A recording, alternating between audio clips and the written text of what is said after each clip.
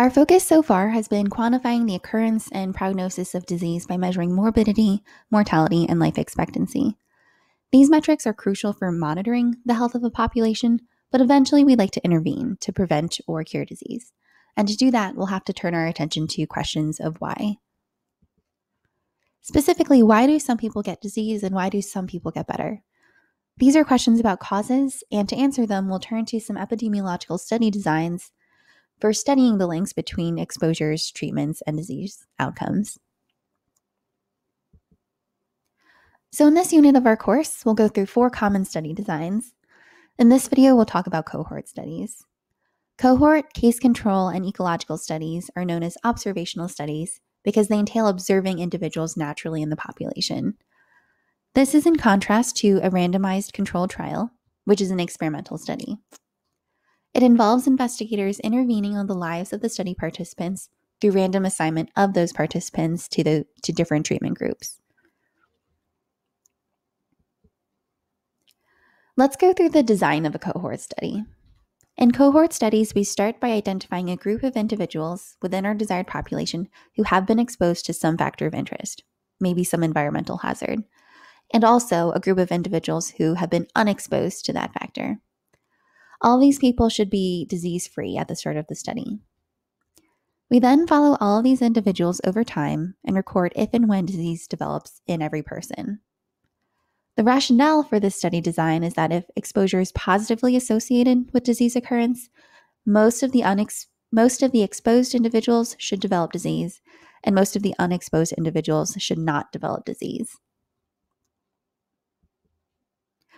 So data that we collect by the end of the study might look like this. For exposed individuals, we find that some number A develop disease and some number B don't develop disease within the follow-up period.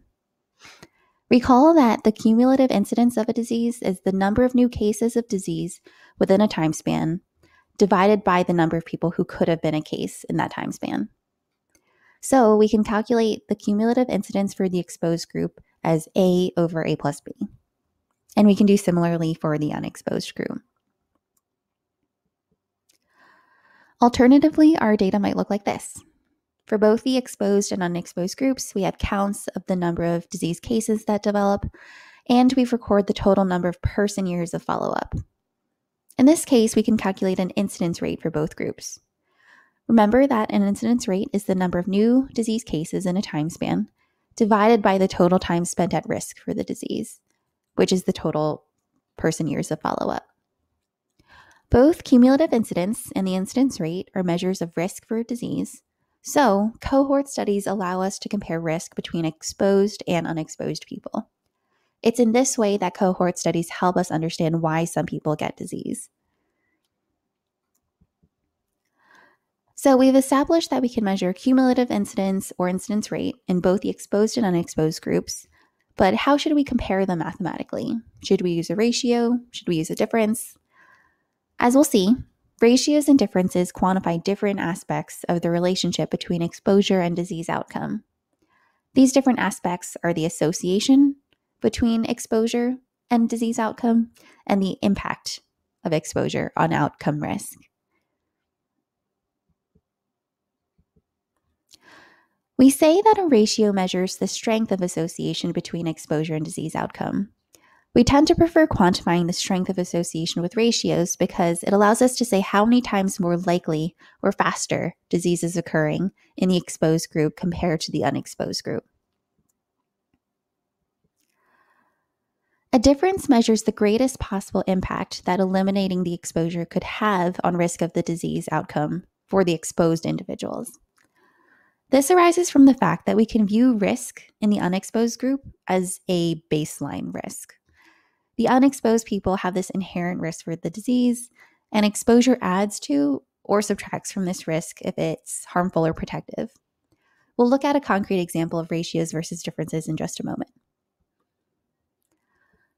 It's important to note that the magnitude of a ratio implies nothing about the magnitude of the difference, and vice versa. For example, a large ratio of 10 can arise from 10 over 1, which is a small difference, or from 1 million over 100,000, which is a large difference.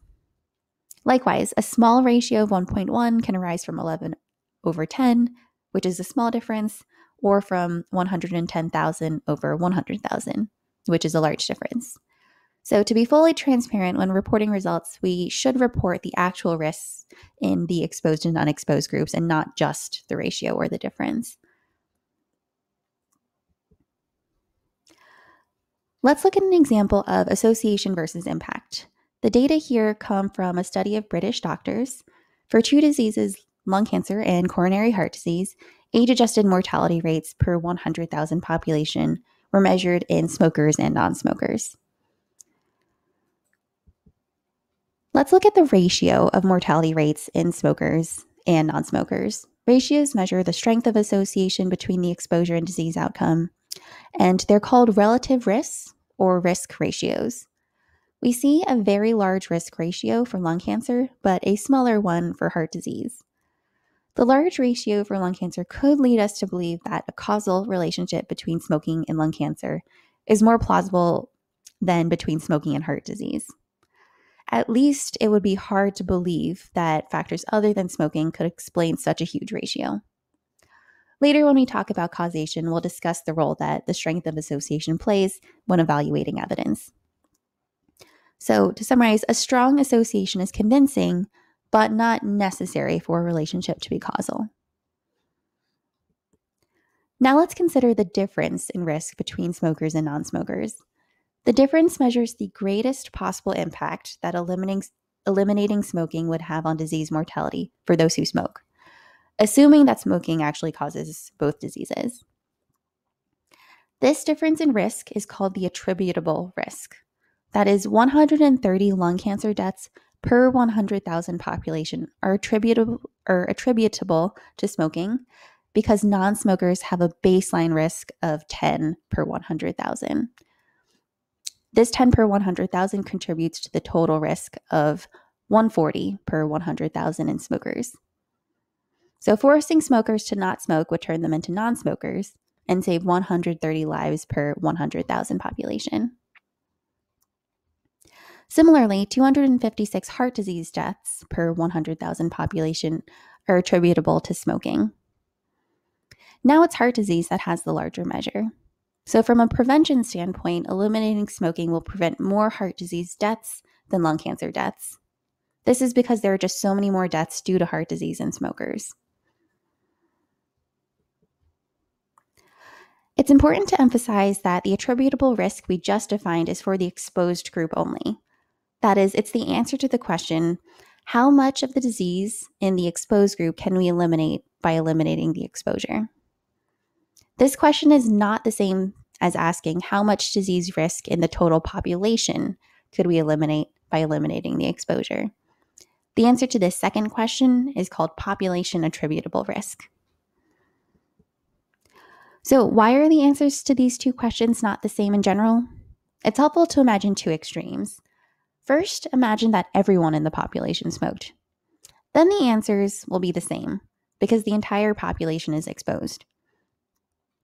Now imagine that no one in the population smokes. Then the answer to the second question is 0 because we've already eliminated the exposure. In general, the answer to the second question, the population attributable risk, will be somewhere between 0 and the attributable risk in the exposed people, because a portion, but not all of the population, is exposed. Formally, the population attributable risk is defined as the incidence in the total population minus the incidence in the unexposed. It turns out that we can calculate population attributable risk from the attributable risk in the exposed if we know the prevalence of the exposure. So let's end our video with a discussion of the pros and cons of cohort studies to motivate why we might use other study designs. The nice part about cohort studies is that we're able to estimate risk, which is typically what we care most about. We're able to estimate risk because we start with exposed and unexposed individuals, and then we estimate the chance that they develop disease. This is in contrast to case control studies, which we'll discuss next. These studies start with people with and without disease and then determine exposure status. One other nice feature of cohort studies is that we know that exposure happened before disease, which is useful for causal reasoning. The major downside of cohort studies is the amount of resources potentially needed. For rare diseases, we would either need to follow subjects for a very long time or enroll a huge number of subjects just to see enough cases of disease to have any confidence in our incidence measures.